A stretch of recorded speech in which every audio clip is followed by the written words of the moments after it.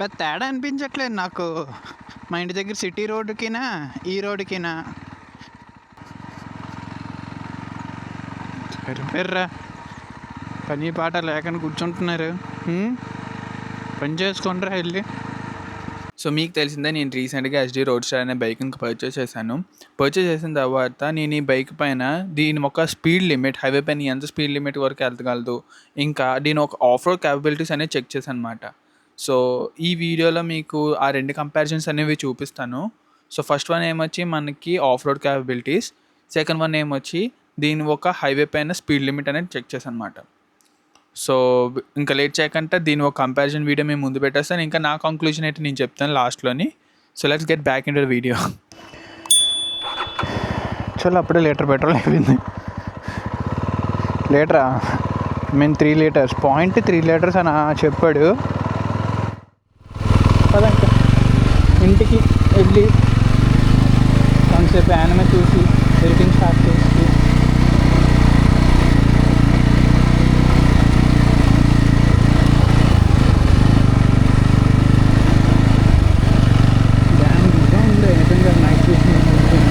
డేలో ఒక night vision use చేస్తే సూపర్ ఉంది ప్రాసెసింగ్ అంతా.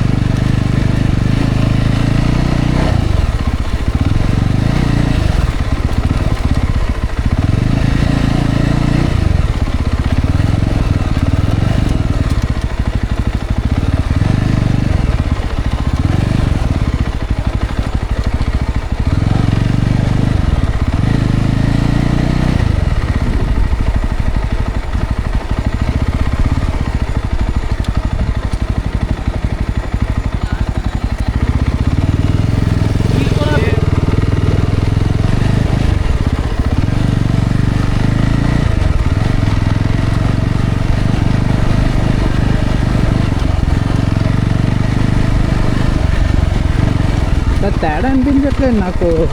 మా ఇంటి దగ్గర సిటీ రోడ్డుకినా ఈ రోడ్డుకినా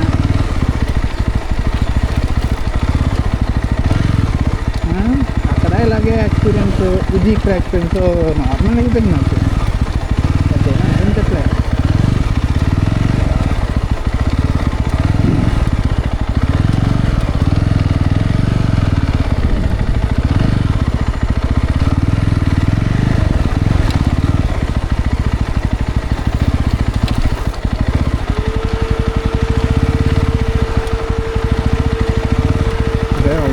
MD-15 ఎక్కడ పడేసాను?